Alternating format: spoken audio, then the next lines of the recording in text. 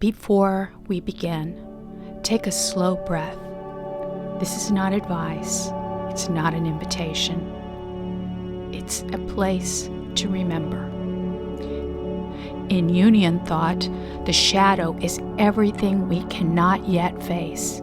In ketamine therapy, the medicine holds up a mirror to that shadow, a space between worlds where what was unconscious begins to speak. When people ask what ketamine shows, I tell them it's not visions or colors, it's truth. Sometimes it's quiet, like a whisper from the deep mind. Sometimes it's loud, a wave of unrecognition that breaks the surface and leaves us changed. This film is about what happens after that moment, after the insight, after the light. When the mirror still hums in your memory and you begin to see yourself, your life, your choices with new eyes, you believe that the true healing comes when we integrate what we've exiled, when consciousness and shadow learn to walk together. Ketamine can open that door, but walking through it, that is your work. So before we begin, let yourself arrive. Let your breath slow. Let your awareness settle into your body. This is the second reflection, the next layer of seeing. Welcome back to the mirror. I'm Janet. I'm a psychotherapist with specialized training in ketamine-assisted psychotherapy and a lifelong student of consciousness. My work bridges psychology and the sacred, where Jung's language of shadow meets the living experience of ketamine therapy.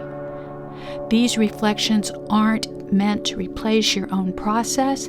They're here as a quiet companion, words to anchor you when the medicine has opened something deep. If you're watching after a session, welcome. If you're simply curious, you're welcome too. Let's return to the mirror together. You've looked into the mirror once before. You remember the stillness that you met there, the quiet pull of recognition. Now, the mirror has something new to show you. Not what was hidden, but what remains. At first, you only see the familiar outline, the shape you've carried through years and storms. But if you stay a moment longer, the reflection begins to shimmer, and behind it, faces appear. The selves who tried to protect you, the ones who believe in something impossible, the one who loved when it wasn't safe. They are all here, waiting, not to be examined, but to be forgiven. Because the mirror doesn't hold judgment, only memory. It remembers every version of you that kept going. And as you look closer, you realize the light isn't coming from behind the glass. It's coming from you.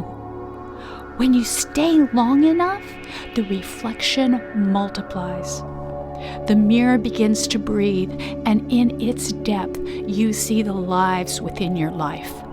The one who smiled when it hurt, the one who left before she was ready, the one who learned to disappear just to stay safe. Each carried a single wish to keep you alive. Sometimes that wish became a bottle, a pill, a distraction, sharp enough to cut the noise. These were not failures. They were survival codes written in pain. And when the world grew quiet again, another noise began. The voice inside, the critic, the accuser, the whispered, "You should have known better." That voice isn't truth. It's the echo of fear, still guarding the doorway. It learned to speak harshly because it thought cruelty would keep you safe from repeating pain. But now you can speak back. You can tell it, "Thank you for protecting me. I don't need that kind of protection anymore." Every cruel word you said to yourself was just an unfinished prayer, a wish to be better, to be worthy, to be loved. Look at all the selves who tried. The tired ones, the defiant one, the one who reached for anything that dulled the ache of being too many selves at once. None of them were enemies. They were all you, doing what they knew. You are a survivor, and survivors do not owe anyone shame for how they made it here. Forgiveness begins when you stop naming your survival as a sin. In this light, every scar becomes proof. You chose to stay. There comes a quiet moment when the mirror softens. The reflection stops moving. The light steadies, and for the first time, you can really see them. All the versions of you, no longer blurred by shame or urgency. You see the reason behind each choice, the impossible weight each one carried, the love that hid inside every mistake. Forgiveness is not forgetting. It's remembering differently. When you see clearly, you realize nothing was wasted. Every detour, every silence, every failed attempt was part of the way home. The harsh voice that once said you should have known better begins to fade, replaced by a quiet knowing you couldn't have known until now.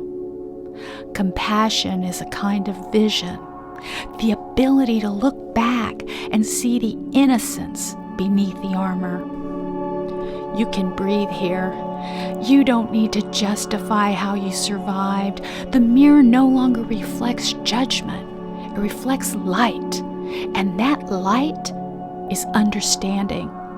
Forgiveness is not the moment you realize how you've always been worthy of it. The mirror does not stay divided forever. After clarity comes quiet, a horizon made of gray. Not the gray of emptiness, but the gray of life itself, where shadow and light meet and make something true. In that place, perfection loosens its grip. You begin to see that not every moment must shine. Some days are simply good enough, and that already is a kind of grace. The perfectionist inside of you still reaches for the spotless reflection, but the mirror whispers back, sometimes the effort was enough. Sometimes surviving was enough. Sometimes showing up was the whole victory. If you have wrestled with depression, remember, trying is movement. Breathing is participation in life. You do not have to transform pain into beauty every day. Some days keeping the candle lit is sacred work.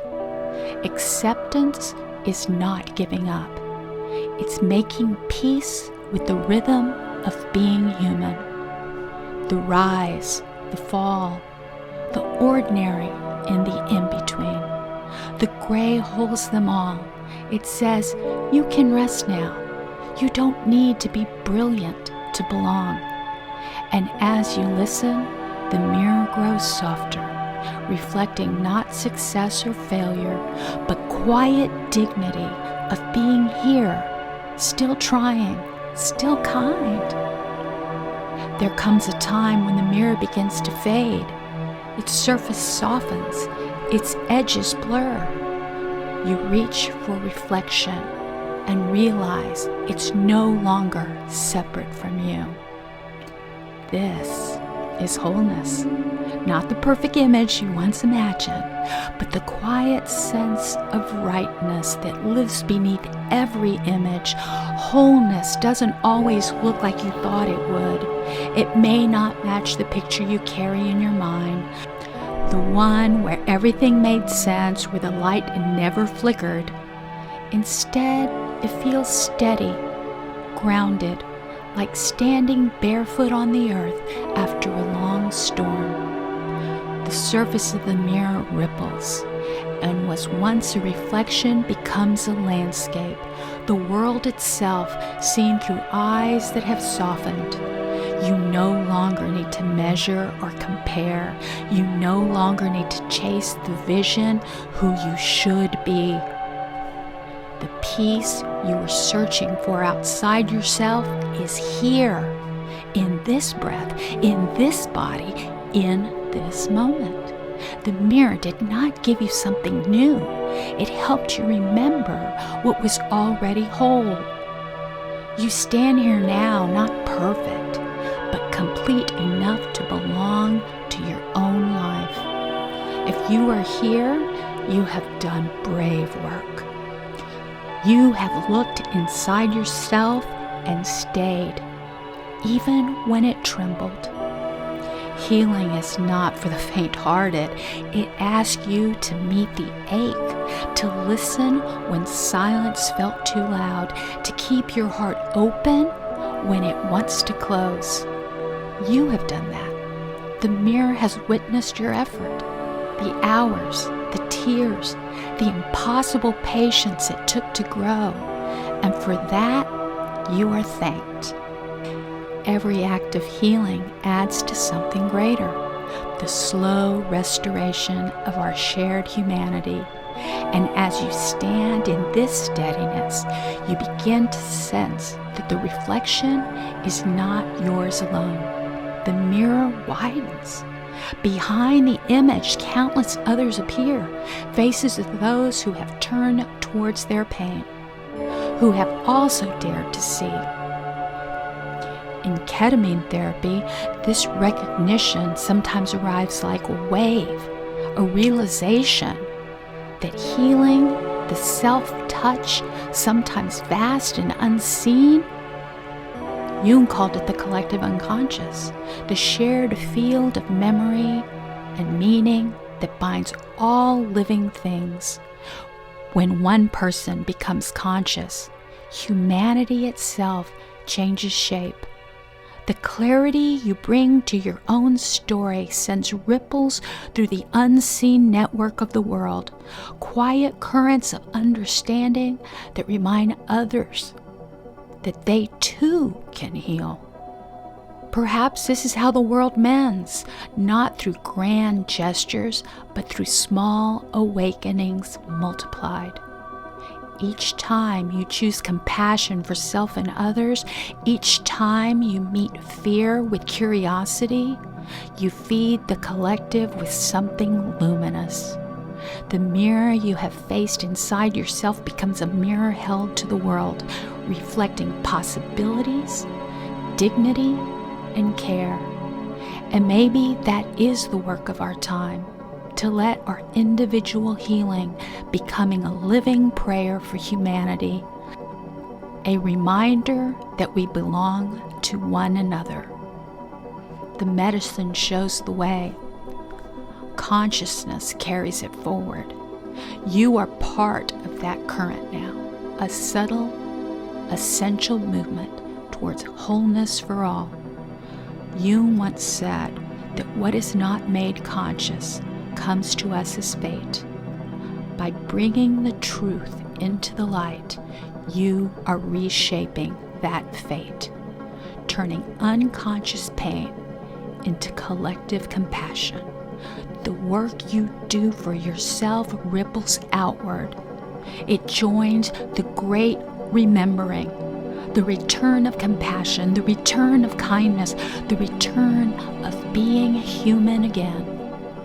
So as the mirror fades and the light softens, take a breath. Thank yourself for surviving.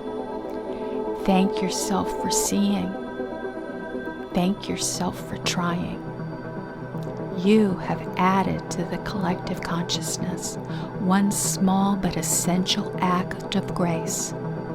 Until the next reflection, may your seeing be gentle, your heart remain curious, and your compassion extend to every being, including you.